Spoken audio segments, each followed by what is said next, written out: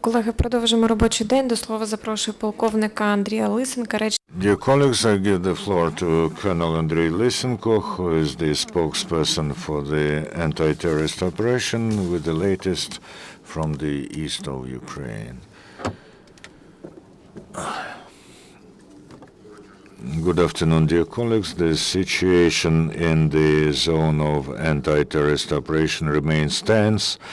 Along the entire demarcation line, the illegal armed formations are intensively shelling the positions of Ukrainian troops and conduct combat reconnaissance in order to engage the reserve forces of the Ukrainian army.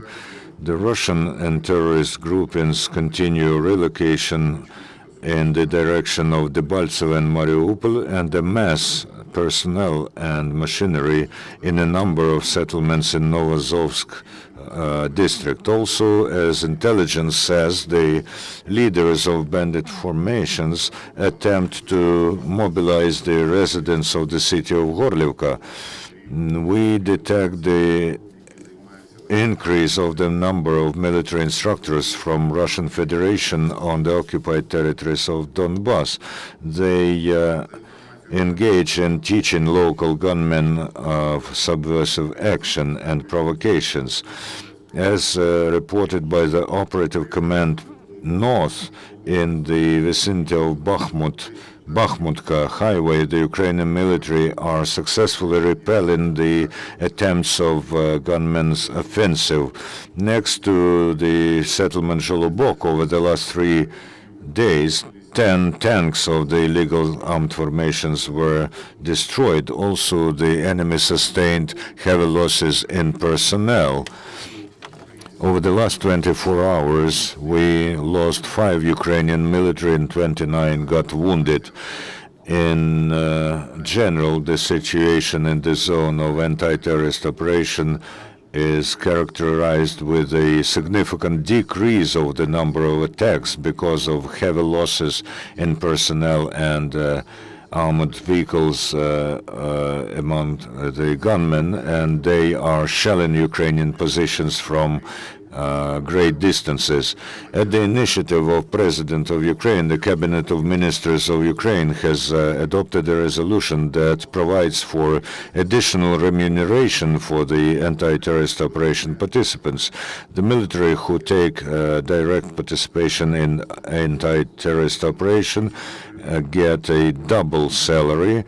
In particular, the military will receive 1,000 hryvnia for every 24 hours in combat. Also, additional remuneration for the destruction of the military machinery of the enemy. For instance, for a enemy lorry, 12,000 hryvnia, tank, 48,000 hryvnia, the self-propelled system of multiple launch, 60,000, and a combat aircraft, 121,000 hryvnia. At the same time, Russia stubbornly continues to hide its participation in the conflict in Donbass.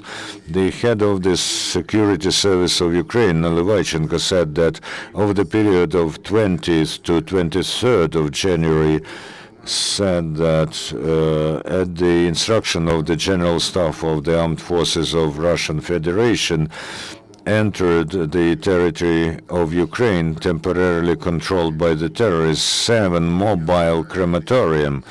These special lorries at the end of 2014 were detected in Russian Rostov region next to the state border of Ukraine.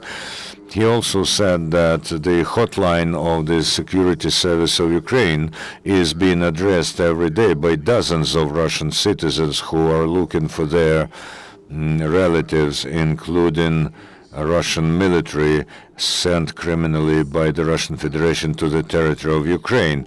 I must also add that those crematoriums were used previously for the destruction of the body of infected cattle, and we also informed of previous cases of using this by gunmen and Russian military. So this is not the first time that those crematoriums come to the territory of Ukraine.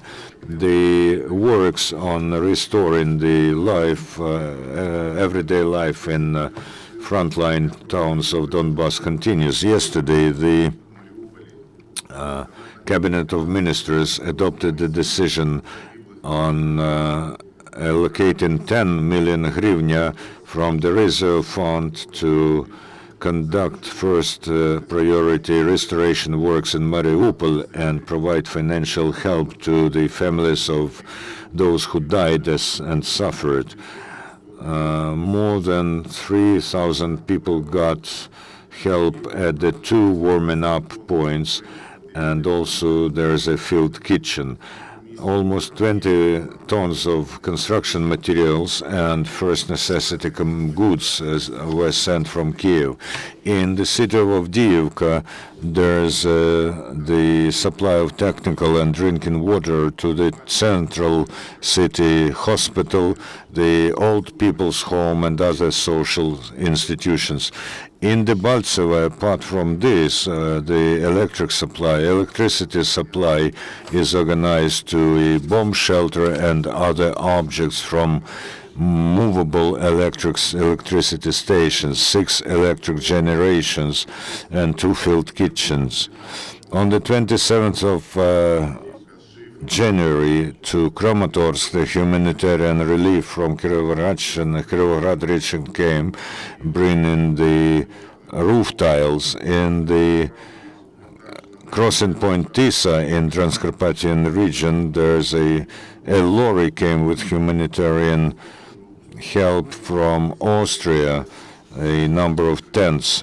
The Ukrainian special services are detaining the betters of the occupiers. In Dmitrov, Donetsk region, the security service has detained the informer of the terrorist organization DNR, who, disguised as a peaceful resident, was collecting intelligence about the location of the positions of forces of anti-terrorist operation.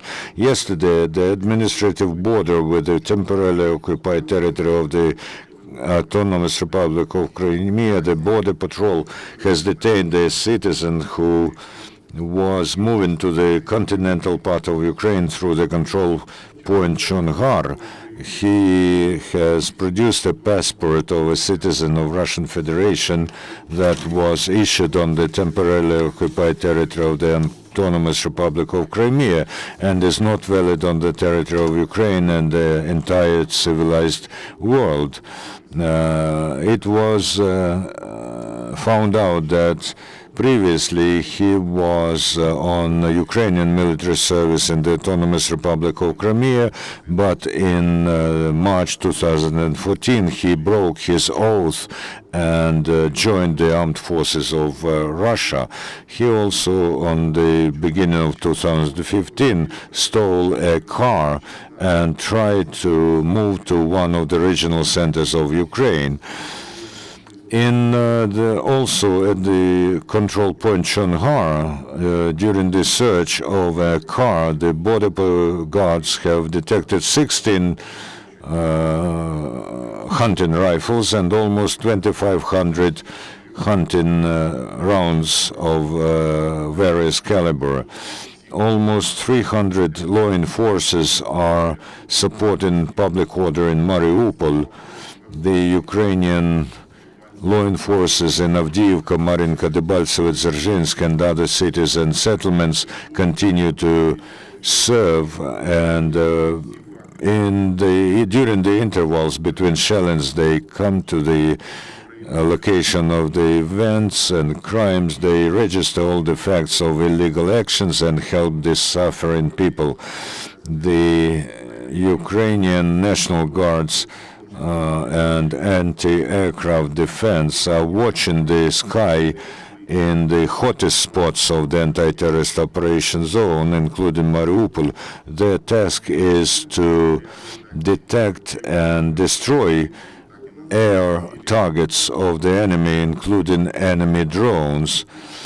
And 23-millimeter projectiles can effectively target both air and land targets of the enemy. Yesterday, at one of the military testing grounds in Zhytomyr region, the training of highly mobile commando troops of Ukrainian armed forces started their training. Almost over 200 winged infantrymen are going through intensive training course, and the instructors are experienced commandos, members, participants in the anti-terrorist operation. In the Lviv region, at the International Center of Peacemaking and Security, the cadets of the Academy of Land Forces, named after Hetman Petro Sagaidachny, were trained in shooting from tanks T-64BV and self-propelled artillery systems 2C3 Acacia. They were shelling the targets that imitated the enemy armored vehicles, groups of infantry, and imitated the covert retreat from the battlefield. Within the framework of the program Berehomet Foresters to Bukovina troops, 90 participants in the anti-terrorist operation were healed in Chernivtsi region. Yesterday, the Minister of Defense of Ukraine visited wounded fighters in the clinical center of southern region in Odessa. He handed awards to 59 military servicemen who were in the anti-terrorist operation zone. Also, he gave state awards to medics who every day saved the lives of our heroes. Although 5 servicemen from the special militia unit Svitas, which participated in the combat near Ilovaisk yesterday, have received awards for the merit during service. Yesterday, in line with the presidential decision, General Gennady Vorobyov was resumed in his position at the General Staff of the Military Forces of Ukraine. Rotation of the servicemen in the two area continues. Yesterday, servicemen from Kiev 1 battalion were sent and departure to the hostility area. Parliamentary Assembly of the Council of Europe suspended the right of voice and the right of Russian Federation to participate in the assembly meetings. Also, they suspended Russia's possibility to be reporters, observers, and representatives of the assembly. This decision was made because of the aggressive policy of Russian Federation towards Ukraine, annexation of Crimea, and burning of the conflict in Donbass, and illegal detention of Nadia Savchenko. And Russian delegation protested and quit from the PASE meetings till the end of the year. Now questions. Probably you have read Mr. Berukov's post about mobilization of people in the Western Ukraine. I won't repeat how he named those people. Whether there is any information that citizens from Western Ukraine try to escape from mobilization and try to fly to neighboring countries, and taking into account that a bit later Mr. Berukov deleted this post. Nevertheless, we have got this negative impression. Speaking about mobilization, I should say that it is going in line with the previously set schedule, and number of volunteers willing to go to the front line, to the combat area, do not go down. There was some information that the figures of volunteers were a bit smaller than in the past, but nevertheless, people receive summons, they come to the military committees, and they voluntarily participate in mobilization. At the same time, we should understand that there is now a huge bulk of information which we should always double check and verify. Advisors to the President of Ukraine, they are people, and they may have their own opinions, and even some examples of such people who want to escape.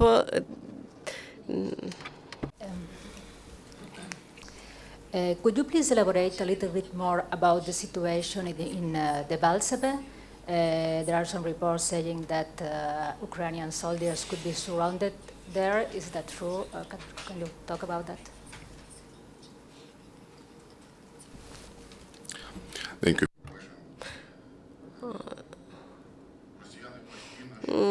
The Russians are say something all the time. Actually, there are no sufficient forces to enclose Ukrainian forces. The terrorists try to fly out to retreat, and actually they are ready to retreat.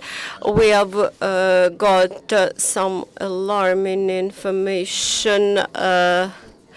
That is information that Debaltseve could be enclosed. It is not true. The front line remains straight. Many terrorist forces they are retreating, and some of them are not reaching even the front line. They lost a lot of equipment and machinery at the front line. They are unable to encircle Ukrainian forces. Those additional fees which will be paid to our servicemen, when they will be paid. The resolution sets the effect date where the government will take money. There is a special state budget allocated for this, and at the same time, charity organizations are ready to do. To continue about Debaltseve, OSCE said today that today their monitors went to Debaltseve to monitor the evacuation of elderly people and children. Are those self-organized evacuation efforts, or this is a centralized effort by the Ministry of Defense and the Ministry for emergency situations? First of all, this is the indication of the fact that local authorities are working, who are informed by people who want to leave the locality, and for them, they organize their reconnaissance about safe routes of evacuation, because the safety of people is our first concern. Yesterday, I got the information that the state emergency service does not detect the increase of the flow of displaced person, but the matter is that they do not always get the data. So I must tell you that the exodus, retreat of peaceful residents from Debaltsevo continues, and people will be received elsewhere and provided with everything necessary.